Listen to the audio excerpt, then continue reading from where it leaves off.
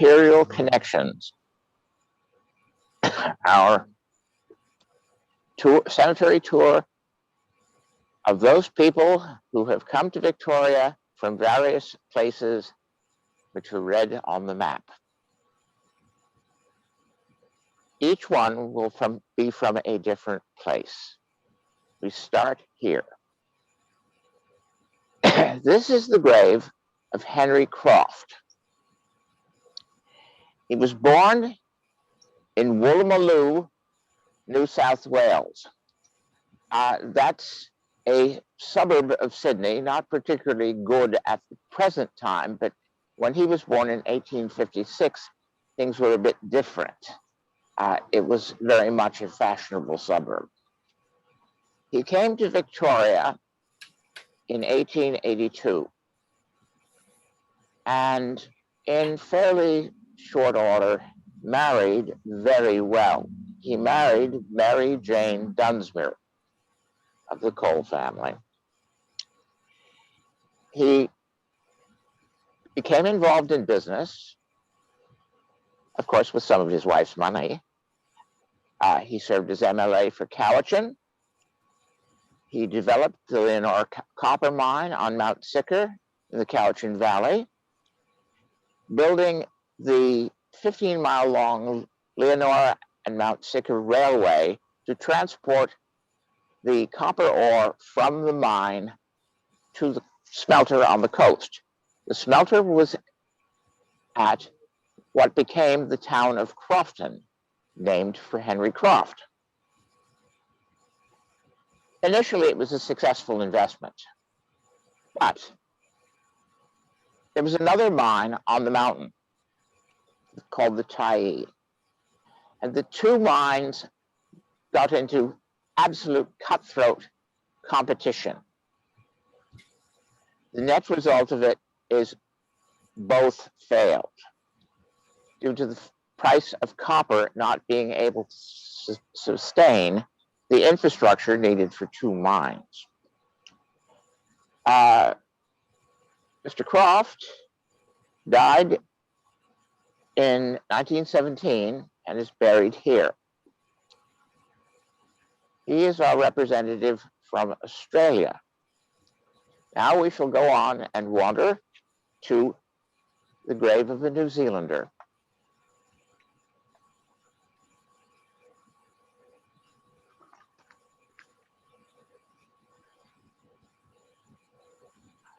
Keep an eye out for the flag.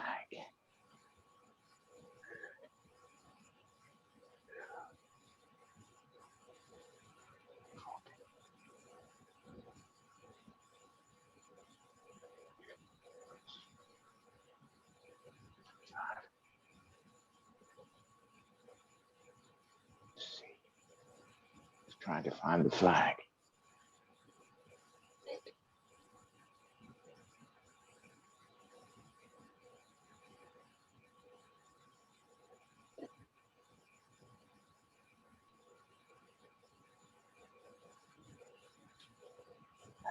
Let's see, here we go.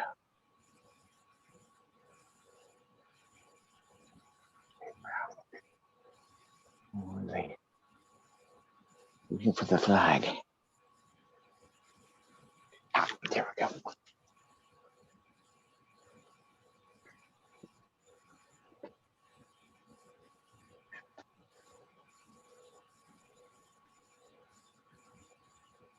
This is a flat marker. Thanks to the flag, we found it. This is the burial place of Edward North, who was born in Christchurch, New Zealand in 1864 and died in Victoria in 1913. He worked in the theater, starting as a stage carpenter, but eventually wound up as the stage manager of the Victoria Theatre. So he is our representative from New Zealand. Now we don't have very far to go to our next grave, which is just over there.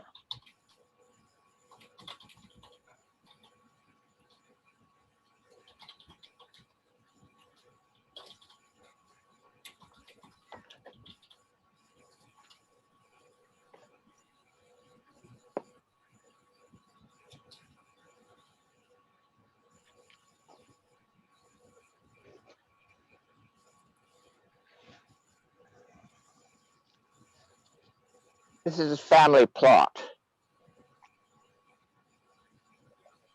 just with the concrete curbing, nothing fancy. This is family that came here from South Africa, that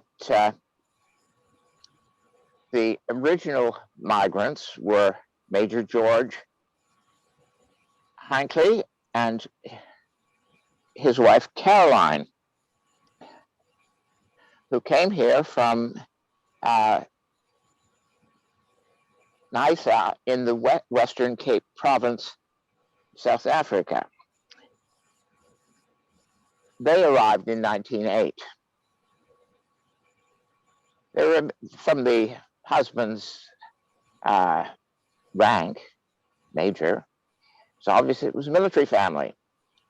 Their children were, or at least male children, were all in the South African forces.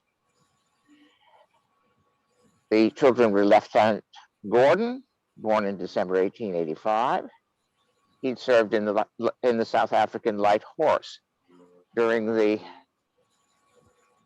South African War and the Zulu Rebellion.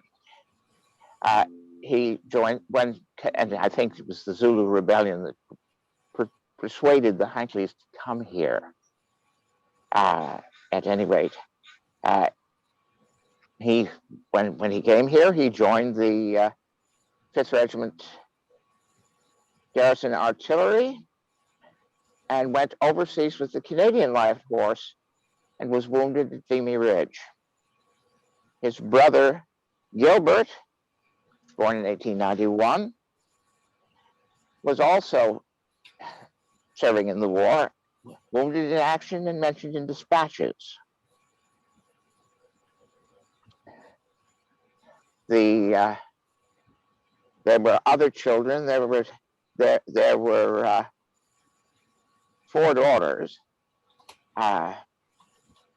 all but 2.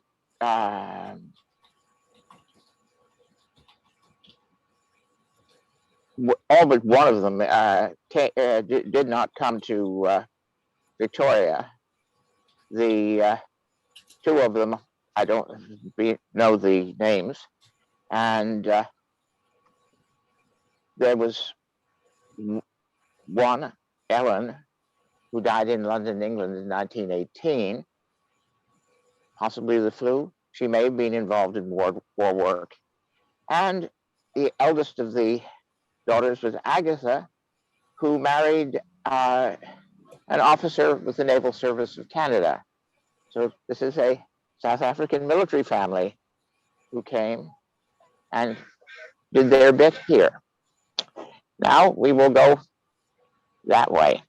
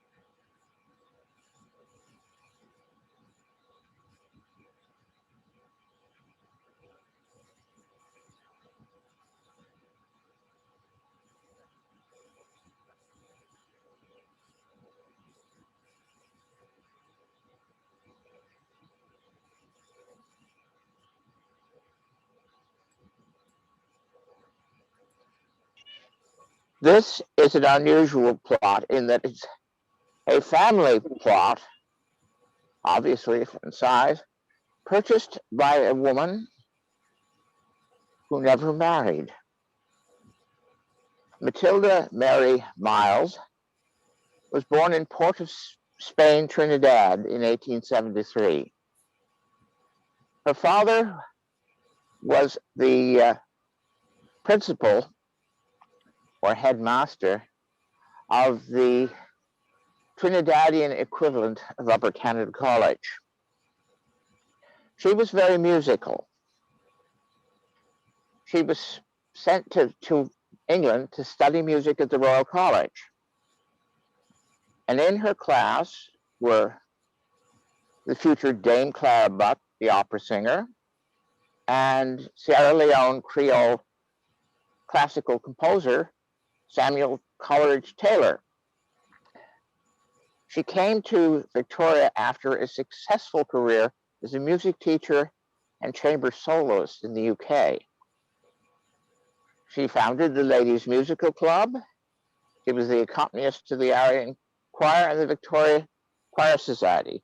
She died here in 1913 at 40 years of age and is buried in this large plot. So that is our representative from Trinidad and an entree into the world of classical music. Now, we'll go this way.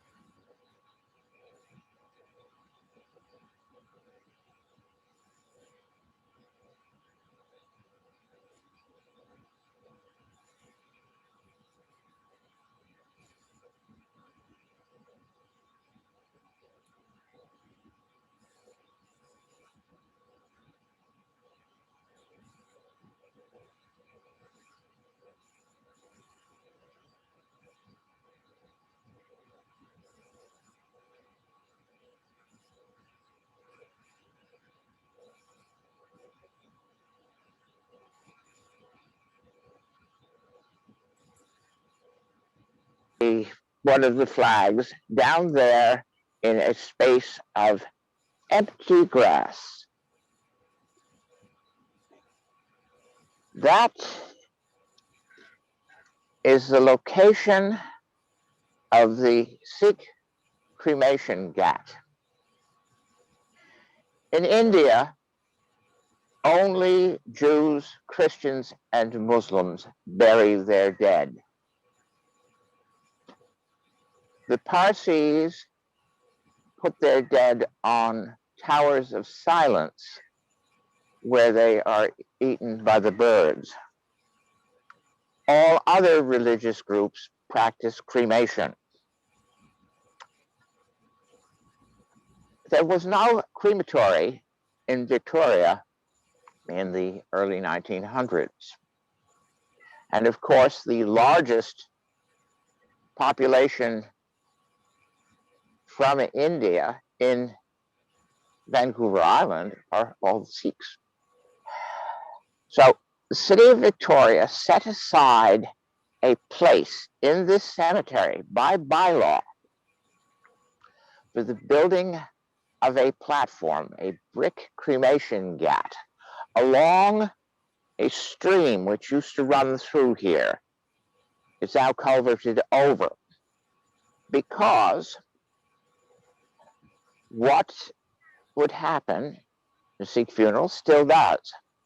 The deceased is cremated and the ashes are put in water which flows to the sea. Thus, there are no headstones, no grave sites, and the provision was made to do that here. It's impossible to know on the basis of city records how many cremations took place in Rossbury Cemetery on open pyres until the crematory was built in 1936 at Royal Oak, or the crematory at Paldie up in the Cowichan Valley. to permit the cremation of the dead in other than in open fires. I have a friend trying to go through, who reads Punjabi, to go through the records of the various gurdwaras to see if we can find the names of people who were cremated here.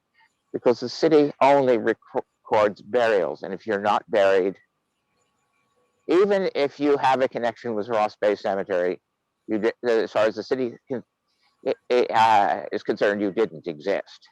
But these people did exist and are an important part of our community. That's where they left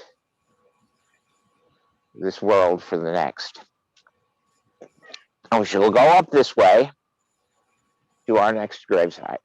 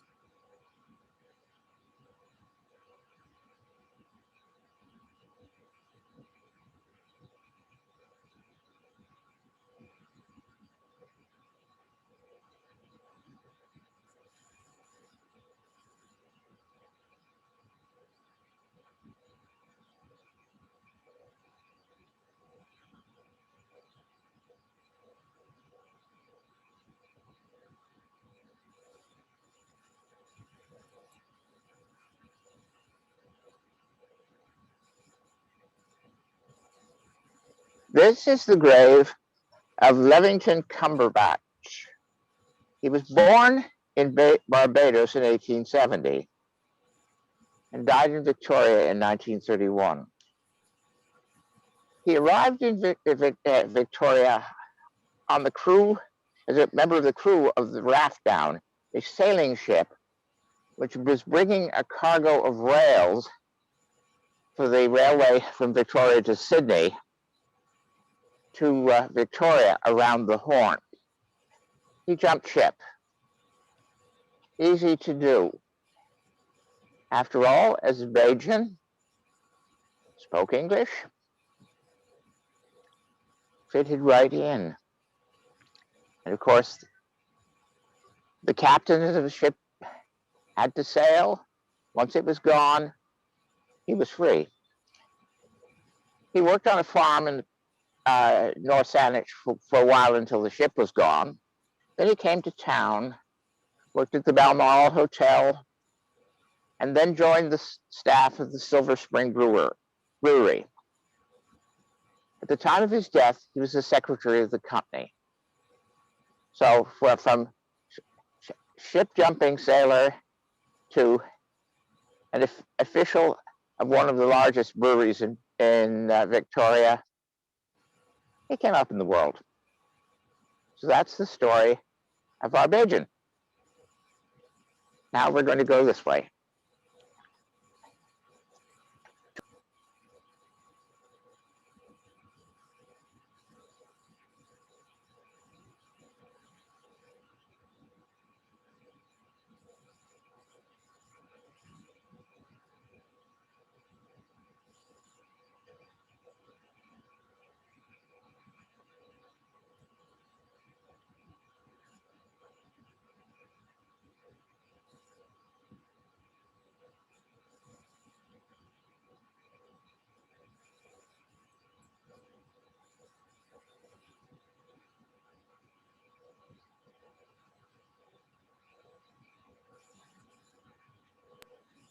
Okay. This is the grave of Mary Clark. You're going to get two stories here. Mary Clark was the eldest daughter of Captain William Franklin. She was born in Hong Kong in 1845 and died in Victoria in 1882 of consumption. That she is our representative from Hong Kong because the Chinese in Hong Kong who came here would not have come as British subjects. In law, they would have been considered subjects of the Empress Dowager, both by Canada and by the Chinese. The Chinese government still does not recognize naturalization, right down to the present day. At any rate, Mary Clark's mother is a very interesting woman. She's not buried in this plot. She's buried on the other side of the cemetery. It's probably too far away to go, and her gravestone is just a stump, having been broken. Margaret Franklin was born on the island of St. Helena in 1913. St. Helena is one of the most remote places on the face of the earth. It's in the middle of the Atlantic Ocean on the way to nowhere. It, of course, was the reason it was chosen as the last home of Napoleon, to put him somewhere that escape was impossible. Margaret Franklin would have seen Napoleon as a child. You couldn't have helped it, given there is only one town on the island, and it's not a very big place. You couldn't have helped but see Napoleon. At any rate, she married Captain William Franklin and led the life of a wife of a colonial civil servant. This is what took them to Hong Kong,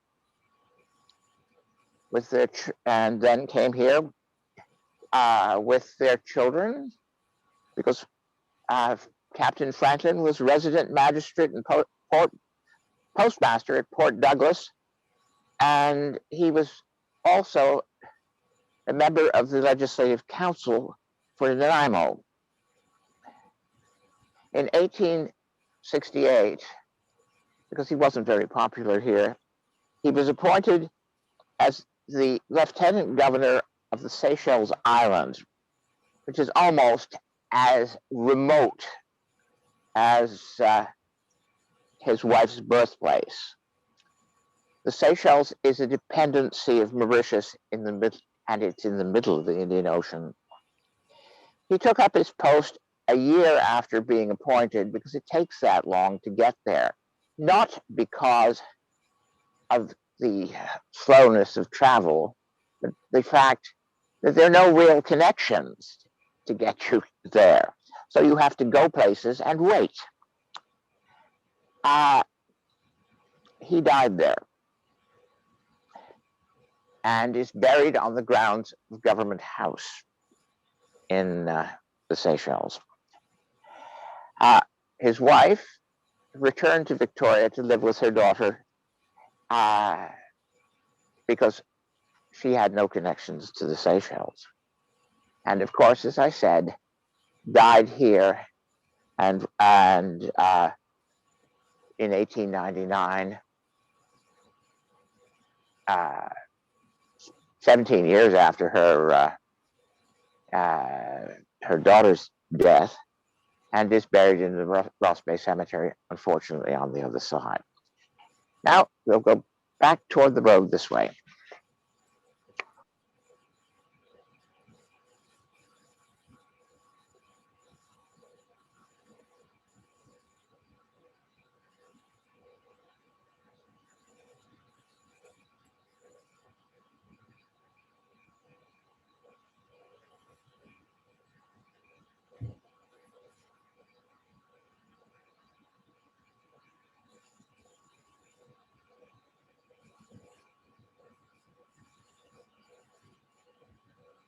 This is the grave of Leon Conyers.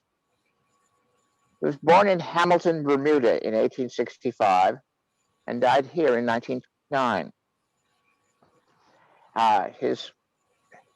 He married after coming to Canada. His wife was born in Quebec City.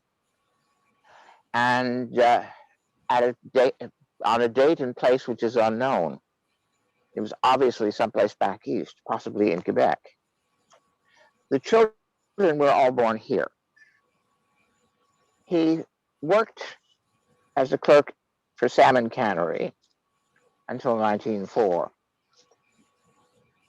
He then went into real estate and insurance. He went overseas during the Great War, or rather, he wanted to go overseas in the Great War, but was considered to be too old. So he served basically behind a desk with the 5th Regiment here, which was his contribution to the war effort. So he is our representative from Bermuda. Now we're going to go that way.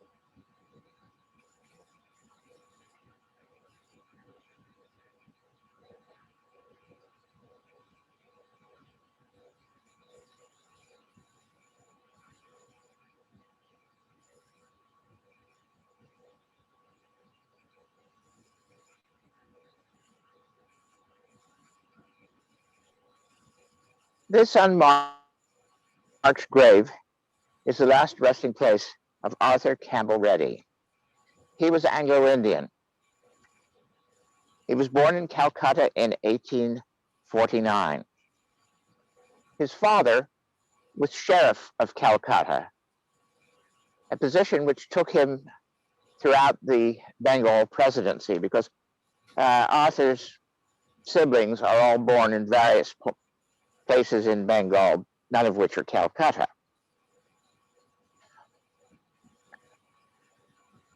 At the time of Arthur's birth,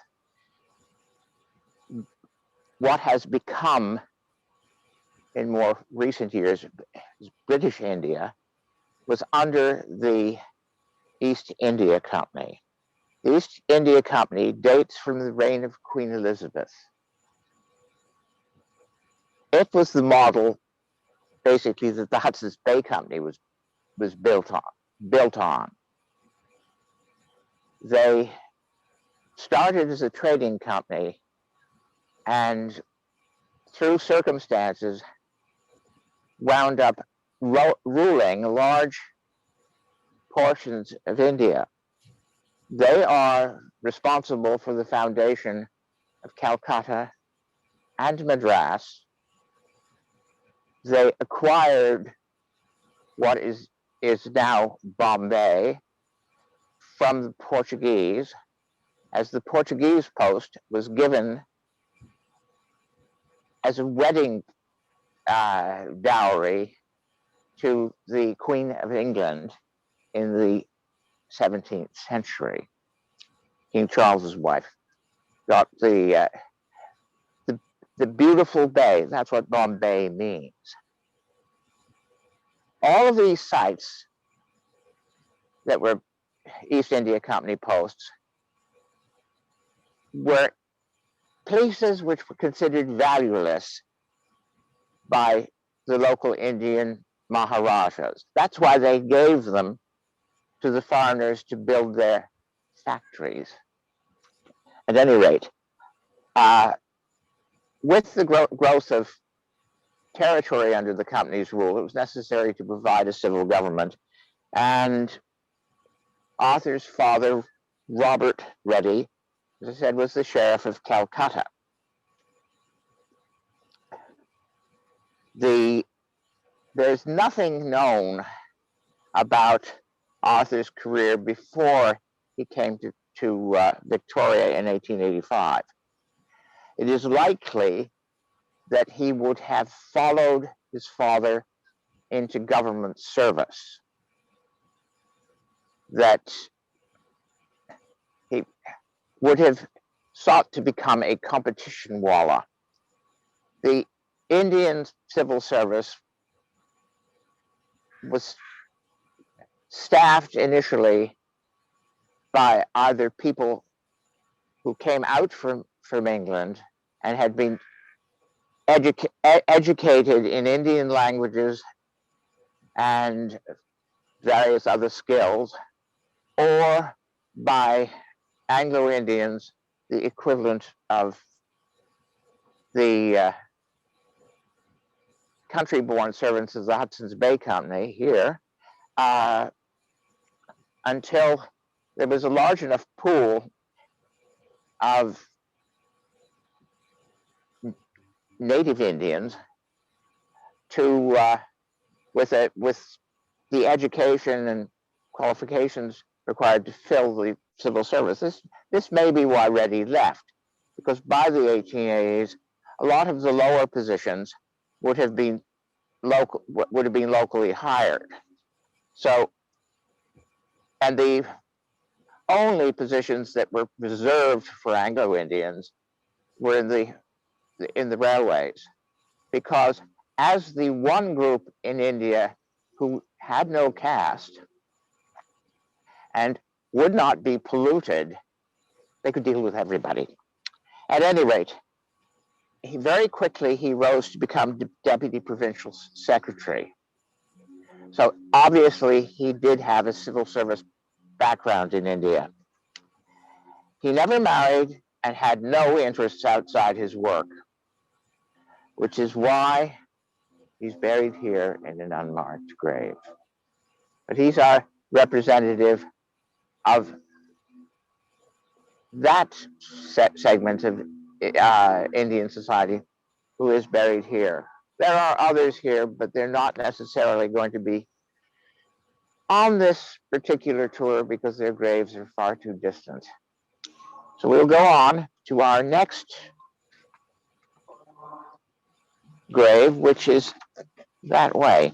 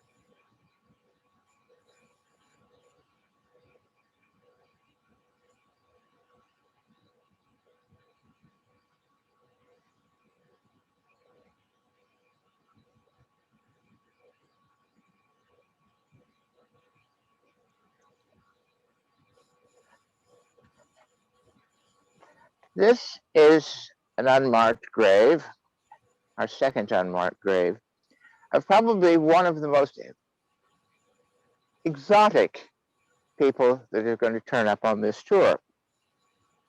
This is the grave of a man called William G. Davis, who was born in Freetown, Sierra Leone in 1843 and died in Victoria in 1874. The colony of Sierra Leone is unusual. It was established in the late 18th century by Black Nova Scotians and West Indians, people that are now called, their descendants are called Creoles. The purpose of the colony was as a post to fight the slave trade. Davis was descended from Black Nova Scotians. Black Nova Scotian UEL, in fact, were very prominent in Sierra Leone. There are lots of the family, and they're even in more recent years in social pages. It would be noted at a wedding that so and so was a Nova Scotian Creole or a Bajan Creole or Jamaican Creole, when there were marriages in the Creole community. Unfortunately, relations with the locals were, as in, it seems, almost all colonial situations, not necessarily always to the best, and unfortunately there has been strife in Sierra Leone as a result.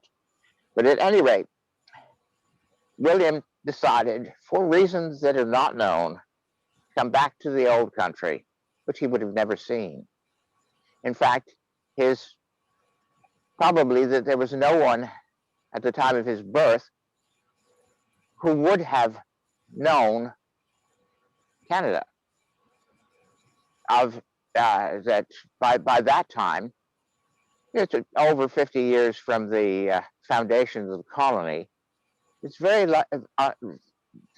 unlikely that that many of the original colonists would have still been alive when he was old enough to have knowingly met them. At any rate, he was employed by the Department of Marine and Fisheries.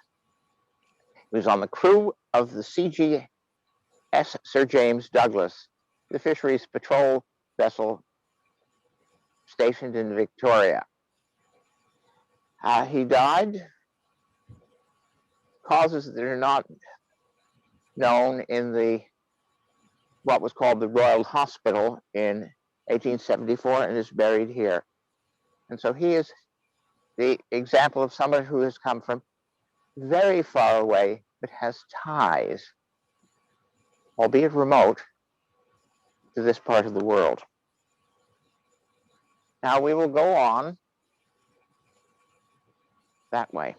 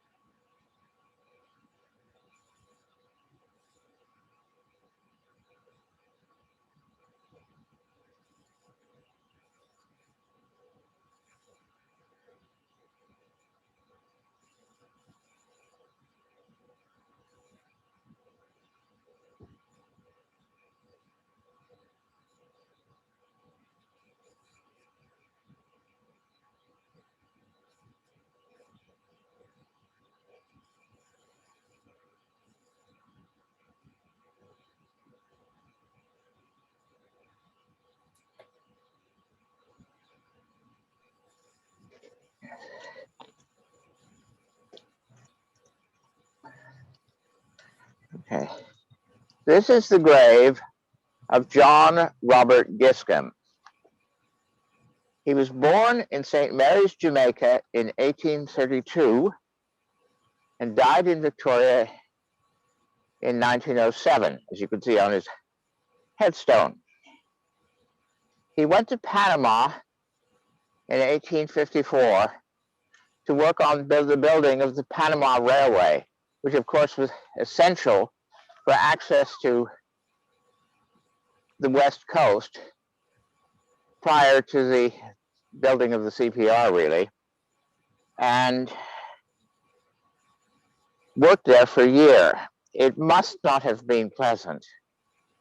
The Americans who were constructing the railway did not like Jamaicans because they didn't act in the subservient way that they expected black people to act. They didn't like the native Panamanians either. They wanted the railway built with American labor. Unfortunately, the climate rather put a kibosh on that. At any rate, he didn't go home when he left the railway. He headed off to California to seek his fortune. Conditions were not much better there than they were in Panama.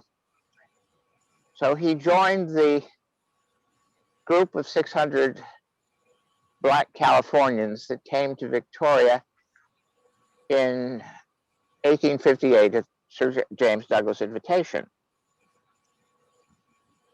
He caught the gold bug in California. From Victoria, he went to Pinnell Forks, where he met a Bahamian named Henry McDame. They formed a partnership and prospected through the interior. They their discovery set off the Cassiar Gold Rush. Unlike other prospectors, most notably Billy Barker, Giscombe was not foolish with his money. When he found gold, he invested it and was able to retire to Victoria in comfort in 1891. When he died in 1907, he had no living relatives in BC and obviously had lost contact with his family in Jamaica. He left the equivalent of $500,000 in today's money to his landlady, whose name was Ella Kunis. So that is a gold seeker that did well. Now we'll go back this way to end, as we're getting close to the time to end the tour.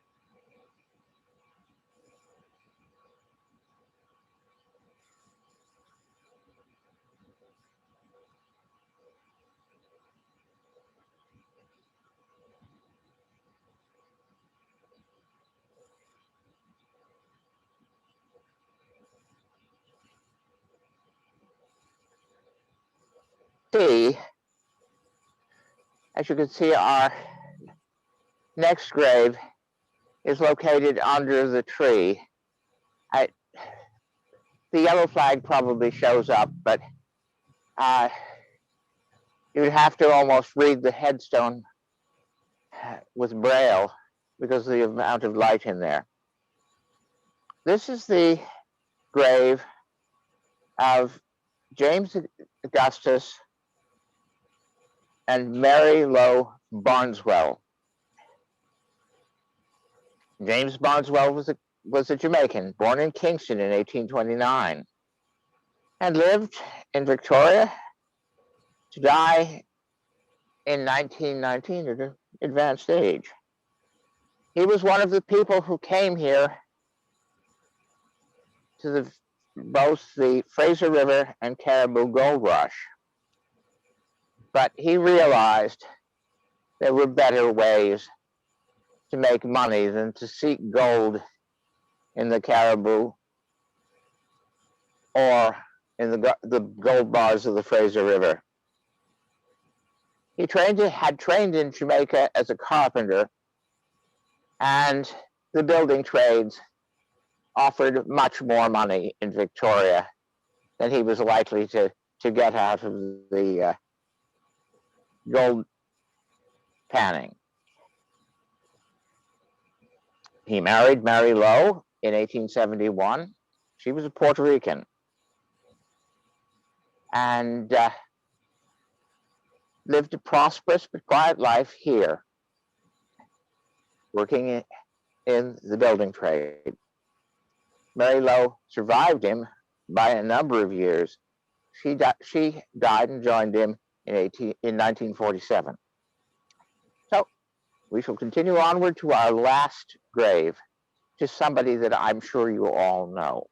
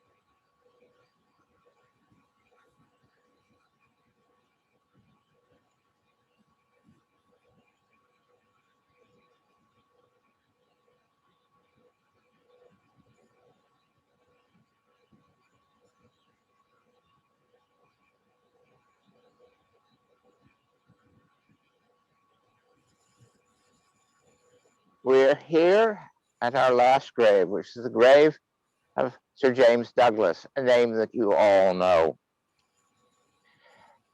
He's a 2-for-1 as far as locations. He was born in Demerara, which is now Guyana, in 1803. In 1803, Demerara was not a British colony. It belonged to the Dutch.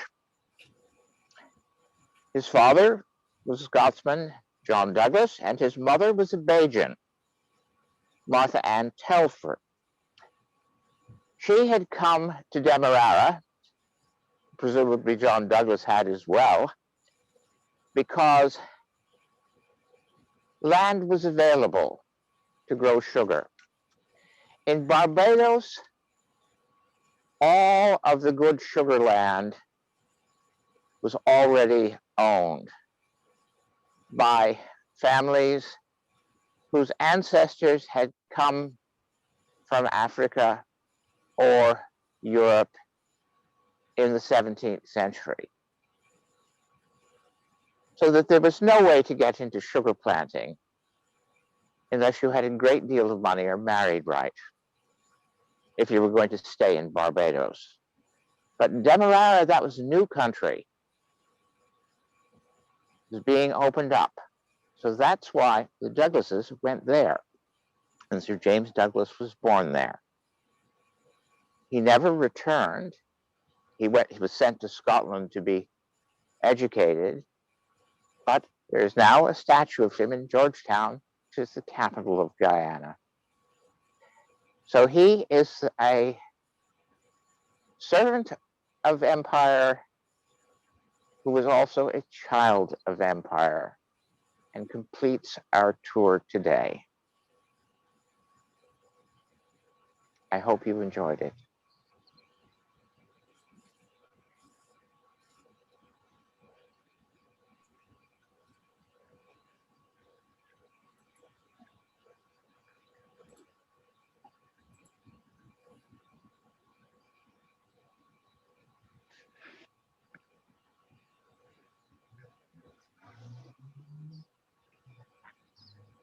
I don't know if Steve's listening, or Paul can, or Liz, if you could pass along our thanks to Michael. That was really interesting, especially to hear all the folks from the West Indies and that, you know, I mean, we know about sort of other parts of empire, but we don't often hear about the West Indies.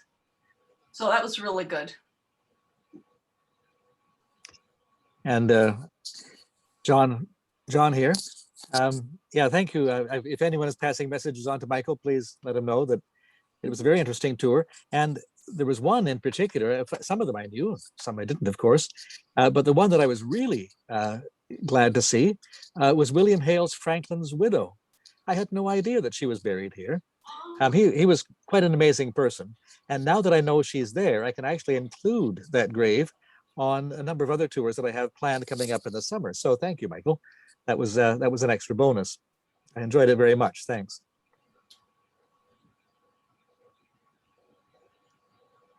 And you've been lucky with weather.